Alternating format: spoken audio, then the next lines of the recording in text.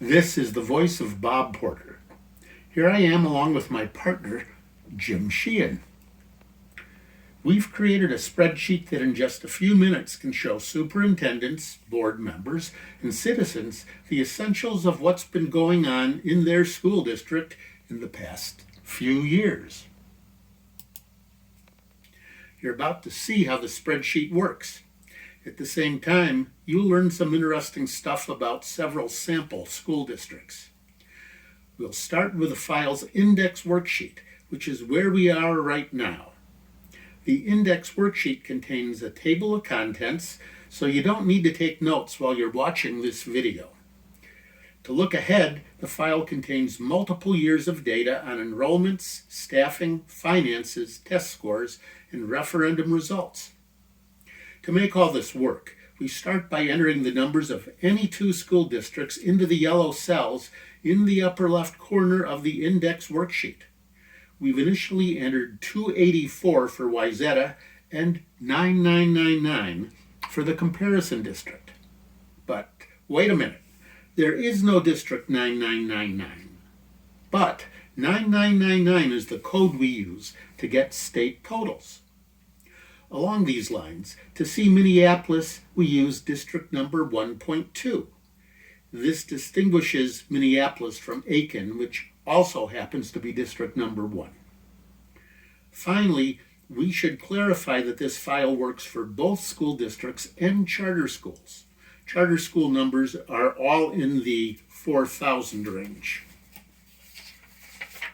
Now don't worry if you don't know all the district and charter school numbers. The file includes an alphabetical list of districts and charter schools, complete with all the numbers you can enter into the two yellow cells.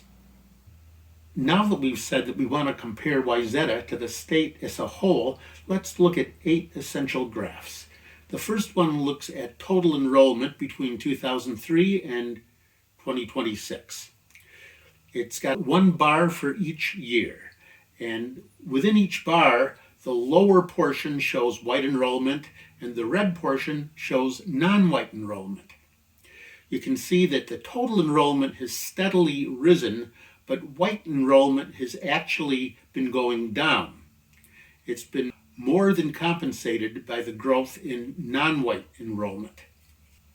Now this breaks down enrollment by ethnicity. The first set of bars shows that white enrollment has had a generally downward trend, though it has crept up a little bit in the last few years. Asian enrollment is most notable here. It's risen strongly and steadily. Now this compares spending per student between Wayzata and the state as a whole, with Wayzata being shown in black and the state as a whole being shown in red.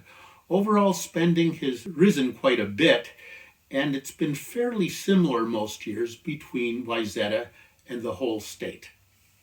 But this does not adjust for inflation. When we do adjust for inflation, we see that the increases still are there, but they are much less. They're actually almost constant for Wayzata, but they have gone up a little bit for the state as a whole. This is the portion of students each year that have been low income. And we see that Wayzata has quite a bit fewer Wayzata students proportionately than the whole state does. Now, when it comes to non-white portions, it's been pretty similar, and actually right now Wayzata is a little bit above the state as a whole, largely because of that growth we saw a few seconds ago in Asian enrollment. The last two graphs we'll look at are MCA proficiency in both math and reading when we combine all grade levels. We can see that in math, Wayzata is considerably above the state total. And in reading, the same thing is true. Now this is really to be expected given the low poverty portion in Wayzata. Now we can take all 8 of those graphs and put them on a single screen. And if you've only got a 1-minute period to view the entire history of Wayzata, this would probably be a good start. Okay, now let's shift gears. We're back in the index worksheet, and we're going to change the comparison from Wayzata versus the state to Minneapolis, which we're calling District 1.2, compared to St. Paul, which is District 625. And now we're going to look at some new worksheets that give us more detailed combinations of districts and variables. First, total enrollment. Now I'm just going to describe these things quickly. Each one of these graphs deserves hours of contemplation, but we aren't going to take those hours right now. We're just going to go through this to give you a flavor of what the file offers. In Minneapolis and St. Paul, there's been a downward trend in enrollments, but in the last few years, both districts have kind of leveled off in their enrollments. Regarding ethnicity, in both Minneapolis and St. Paul, there are far more non-white students than white students. One interesting little bit here is that in St. Paul, the Asian enrollment is very high. Special populations, portion minority and low income and special education and limited English. Minneapolis is lower than St. Paul in both low income and limited English, which ties into the next graph, MCA proficiency portions. And in both math and reading, Minneapolis is a little bit higher, which you would expect given that it's got lower poverty portions.